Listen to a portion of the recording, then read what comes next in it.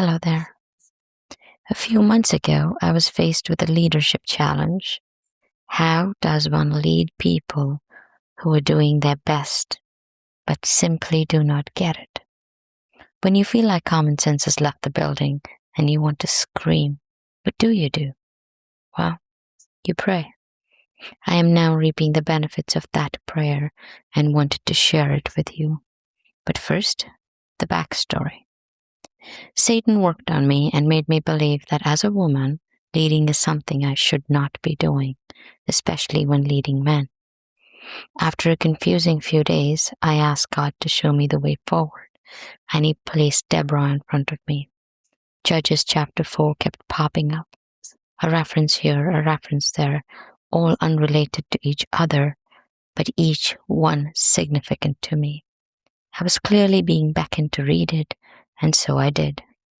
Deborah's story is understated. Nothing spectacular jumps out at you if you're not looking for it.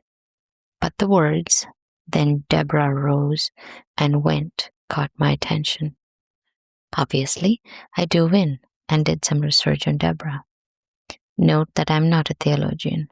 These are simply musings of a child of God looking for answers. Here's what I found. Deborah's root word is dabar in Hebrew and relates to order, purposeful speech, and community-oriented action. It symbolizes a hard-working leader who, like a bee, works on behalf of the community, producing sweetness, wisdom, while holding a sting to defend it. When paired with King Solomon's instruction about guarding the tongue, it becomes clear that the mandate is to protect, preserve, work hard, and rally the troops with words that heal and guide.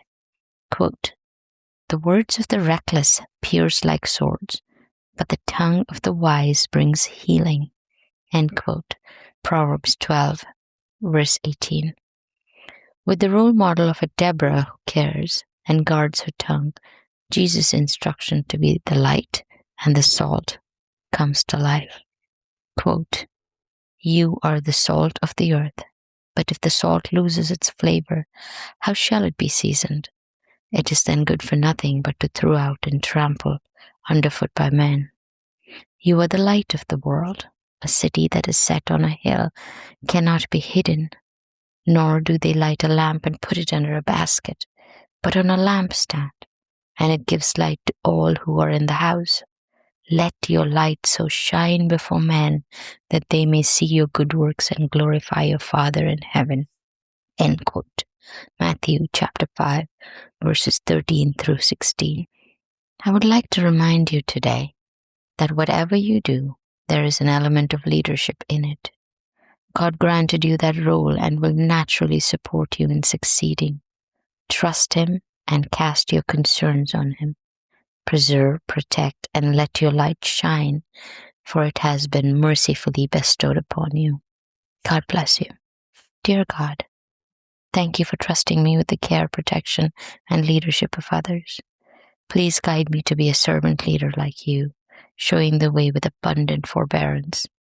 May I bring you glory today. Amen.